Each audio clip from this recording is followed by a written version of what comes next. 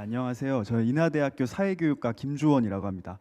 제가 실습했던 학교는 이제 미래생활고등학교 인천에 있는 학교인데요. 실업계학교여가지고 제 담당 과목이 통합사회지만 뭐 실업계학교에서 실습을 진행했습니다. 처음에 이거 어떻게 했냐면 제 수기에 있는 내용들을 지금 발췌해가지고 여기다가 복사부 전역한 거거든요. 그래서 처음에 교생 뭐 그냥 그거 졸업하기 전에 하려는 거 아닌가, 뭐 시간이랑 학점만 채우면 졸업하는 거 아닌가라고 생각을 했어요. 그래서 이제 실습 학기제 같은 경우도 뭐 거창한 목표를 가지고 했다기보다도 요거 교육봉사 시간도 주고 또 장학금도 주시니까 사실 그런 의도에서 시작을 했는데, 근데 첫날 학교에 들어가니까 이제 이게 얼마나 단순한 생각이었나 다시 한번 생각하게 됐습니다. 자, 그래서 학생들과의 첫 만남 보시면 교생이니까 애들이 전부 반겨주겠지라고 생각을 했지만 사실 또 그것만도 아니더라고요. 그러니까 저희 학교 학생들이 약간 선생님에 대해서 조금 안 좋게 보는 그런 학생들도 있었고, 물론 반겨주는 학생들도 있었지만, 그래서 학생들하고 신뢰를 쌓기 위해서 고민을 하기 시작했습니다. 이거 어떻게 해야 될까? 그래가지고 아까 말씀드렸다시피 일부 학생들 이렇게 거리감을 느끼는 학생들이 있었고, 그래서 학생들과의 거리감을 줄이기 위해서 내가 진심으로 다가가는 게 중요하겠다, 이런 생각을 많이 했습니다. 근데 이제 수업을 계속 하다 보니까 뭐 한 달 정도에 됐어요. 그런데 보면은 처음에는 뭐 학생들이 다 수업을 들었지만 서서히 자는 학생들이 보이기 시작했습니다. 그러니까 일반 교육 실습이었으면 그 학생들이 자기 전에 실습이 끝나가지고 뭐 그런 모습을 못 볼 수도 있지만, 예. 그래가지고 수업 시간에 왜 이렇게 자는 거지? 내 수업이 너무 재미가 없나? 뭐 이런 생각이 들기 시작했어요. 그래서 어떻게 하면 재밌게 할 수 있을까 했는데, 여기 앉아 계신 선생님이 지도 선생님이셨는데 저희 학교 애들이 왜 이렇게 많이 잘까요? 라고 여쭤봤어요. 그랬더니 이제 학생들이 수업이 끝나면 아르바이트를 많이 한다. 뭐 고깃집이든 떡볶이집이든 많이 알바를 하니까 학교 오면 당연히 피곤하다. 그래서 자는 거다. 이렇게 말씀을 해주셨어요. 그래서 뭐 그럼 어떻게 수업을 구성해야 학생들이 더 재밌게 들을 수 있을까라는 생각을 했습니다. 자, 그래가지고 저희 지도 교수님께서 학생들이 실제 겪는 이야기를 다루면은 학생들이 더 흥미를 느낄 수 있다라는 생각을 했습니다. 그래서 통합사회 교과서에 보면은 청소년 노동권이랑 뭐 이런 내용들이 나와 있습니다. 그래가지고 근로계약서를 쓴다던가, 그리고 심지어 저희 반 아이들 중에 그 사장님으로부터 돈을 못 받는 학생들도 있었어요. 그래서 이런 얘기를 들으면서 이거를 수업 시간에 담아보면 참 좋겠다, 이런 생각을 해가지고 한번 이쪽을 좀 더 집중적으로 다뤘습니다. 이렇게 해서 반응이 되게 좋았던 것 같은데 또 모든 게 더 순조롭진 않더라고요. 그래서 뭐 무기력한 반응을 보이는 학생들도 있었고, 그냥 뭐 아무것도 하고 싶지 않다, 이런 학생들이 있어가지고 어떻게 하면 더 수업을 재밌게 만들 수 있을까, 더 또 실생활에 도움이 되는 수업이 될 수 있을까를 고민하게 됐습니다. 근데 만약에 이 실습이 한 달짜리 원래의 실습처럼 한 달로 끝냈으면 제가 이런 고민을 했을까라는 생각이 들더라고요. 아까 앞에서 말씀해 주셨던 것처럼 뭐 수업 한두 번 했으면은 사실 이런 걸 발견할 기회도 생각할 기회도 없었을 것 같아요. 그래서 실패에서 배운 점을 반영해서 수업과 학생들과의 관계 형성을 지속적으로 개선할 수 있었다. 이게 좀 실습 학기의 장점이었던 것 같습니다. 그래서 매일 아침 뭐 교실 문을 열며 나는 아이들 앞에 다시 섰다. 그래서 다시금 노력하면서 아침에 출근하면서 오늘도 화이팅 하는 그런 마음으로 나갔습니다. 특히 이제 학교 대학에서도 이제 월화는 수업을 하고 수목금을 실습을 나가는 식으로 했는데, 월화 같은 경우는 대학 수업 중에 이게 학생 생활 지도 및 상담이라는 과목을 들었는데 이게 저는 도움을 크게 받았습니다. 예를 들어서 그러니까 4학년 1학기 때까지 배우는 과목들이 사실 뭐 교과 교육학이나 뭐 이론적인 측면에서 많이 다가가지 사실 교직 과목도 그래요. 그런데 학생들을 진짜 맞이했을 때는 이 책에서 본 내용 그대로 아니더라고요. 그래가지고 현재 교사인 선생님께서 이제 저랑 상담도 해주시면서 학생들을 어떻게 상담을 해야 되는지 잘 알려주셨습니다. 그래서 학생들의 말을 그대로 받아들이고 그 감정을 막 억지로 하지 말고 존중하는 것부터 시작하는 게 학생 상담의 시작이다, 이런 말씀을 해주셨거든요. 그래가지고 그걸 진짜로 써먹어 봤습니다. 그래서 학생들이 고민이 이제 대학을 가는 친구도 있지만 바로 사회로 나가는 친구들도 있었어요. 그래가지고 학생의 이야기를 어떻게 하면 경청할 수 있을까, 어떻게 하면 공감의 말을 건넬 수 있을까, 저 자체도 많이 발전했던 것 같아요, 그 과정에서. 그래서 실습 학기제라서 신뢰를 쌓고 약속을 만들 기회가 시간이 더 많았던 것 같습니다. 뭐 그런 장점도 있었고, 그리고 실습 학기제 하면서 제가 겪어봤던 것들 보면은 전 체험 학습을 한번 기획해 봤었습니다.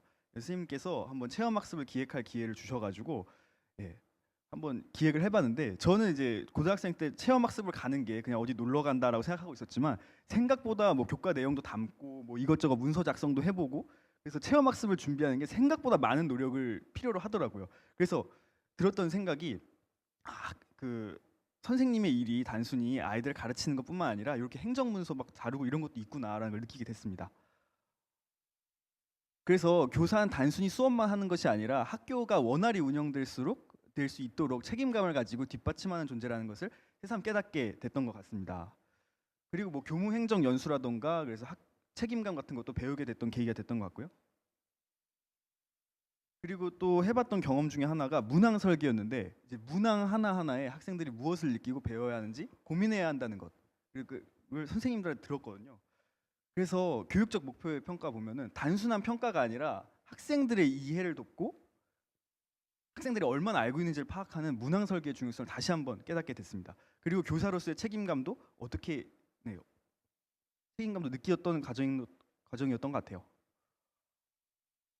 실습을 하면서 또 하나 또 느꼈던 점 하나가 여기 써놨던 건데 이제 다문화 학생들과의 만남이었습니다. 저희 인천 출신이고 인하대학교 다니는데 이제 인천에는 다문화 학생들이 정말 많습니다. 그래가지고 다문화 학생들 특히 많은 지역이 있어요. 연수구라는 지역이 있는데 거기 한번 연수를 갔던 적이 있습니다. 그래가지고 학생들이 얼마나 한국에 와가지고 한국어를 배우려고 이 문화적 장벽을 깨려고 하는지를 봤습니다. 뭐 따로 한국어 교실도 운영을 하고 근데 전 처음에 다문화 학생 애들이 이 한국 학교에 다니는 게 그저 어렵다고만 생각을 했던 것 같아요. 근데 생각보다 이 다문화 학생 애들 특히 뭐 중도 입학 어쨌든 그 학생들이 한국 학교에서 되게 잘 적응하는 모습을 보면서 아 제가 오히려 오해하고 있었구나, 내가 편견을 가지고 있었구나라는 생각을 가지게 됐습니다.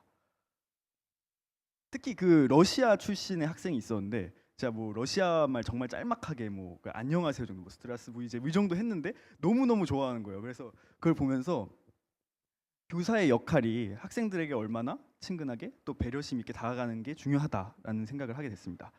그래서 다양성을 존중하는 교육에 대해서도 다시 한번 생각하는 계기가 됐습니다. 그래서 점점 늘어나는 이주 배경 학생들과 함께하기 위해서는 다문화 감수성도 배우고 이해할 필요성이 있다라는 생각을 가지게 됐던 것 같아요. 그래서 전체적으로 보면은 저는 실습을 시작하기 전에 그냥 학교 교사가 단순히 공부할 내용을 전달하는 사람이라고만 생각을 했어요. 그랬는데 그렇지 않더라고요. 매 시간이 흐르면서 학생들이 점점 마음을 열고 속마음을 나누고 서로에게 익숙한 존재가 되는 것. 그러니까 저는 단순히 그 교사가 학생들에게 정보만을 전달하는 사람이라고 생각했는데 사람과 사람이더라고요. 자, 그래서 마지막 날은 뭐 학생들이 롤링페이퍼랑 파티 해줘가지고 예상치 못했는데 감동을 받았습니다. 그래서 3개월이란 긴 시간 동안 학생들과 깊이 있는 관계를 쌓고 그들의 삶을 이해하는 소중한 경험을 할 수 있었던 것 같아요.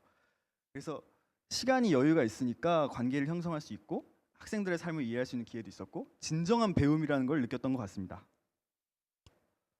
그래서 제가 사범대학에 들어오면은 많이 듣는 말이 있습니다. 교학상장이란 말 굉장히 많이 듣는데요.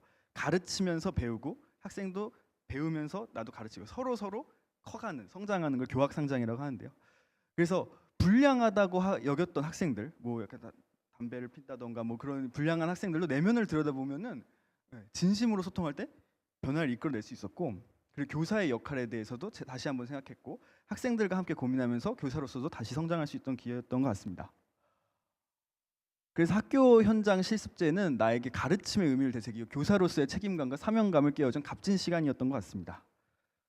그래서 교사의 사명감을 배우고 미래의 목표를 또 명확하게 설정하고 지속적인 배움이라는 걸 다시 한번 생각하는 계기가 됐던 것 같아요. 저희 실습학기제 장점 같은 경우는 저희 학교 같은 케이스인데 저희 학교 지도 교수님이 계셔가지고 계속 카톡으로 이제 여쭤봤거든요. 그래서 뭐 이거 해도 될까요? 뭐 이거 하면 안 될까요? 이런 식으로 해가지고 좀 도움을 많이 받았어요. 생각보다 이게 혼자 갔다 보면은 힘들더라고요. 근데 교수님께 많은 도움을 받아서 좋았던 것 같습니다. 그리고 실습학기제의 장점이라면 학교 현장 이해할 수 있고 다양한 수업 시도할 수 있었습니다. 그러니까 단순히 수업 시간 하나였으면은 뭐 그냥 평범한 수업만 할 수 있었겠는데 뭐 카웃이라던가 GPT라던가 여러 가지 활용해 보면서 실험적인 수업도 되게 많이 할 수 있었어요. 이게 단순히 시간만 늘어났다고 보기가 어려웠던 게 또 교직 연수도 하고 수업도 하고 학생들과의 관계도 점점 쌓아가면서 수업에 점점 자신감이 생기더라고요.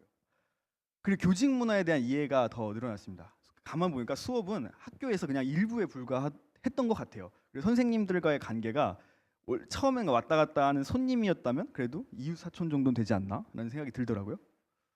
그래서 이거는 제 경험들인데 뭐 했냐면 뭐 야구 관람 했었고 체육대회도 했고 그리고 저희 학교 아까 그 실업계 고등학교를 했잖아요. 그래서 실습 체험 같은 것도 해봤습니다. 이거 제가 만든 가방, 뭐 이거 지갑인데 이거 만들다가 이렇게 하고 빵도 만들어봤거든요. 이거 전데 예. 빵도 여러 가지 만들어봤습니다. 그리고 아까 말씀드렸던 뭐 다문화 그때 수업도 들어봤고 하고 문항 출제 다른 학교 가서 배워보고 네 그랬습니다. 네, 들어주셔서 감사합니다.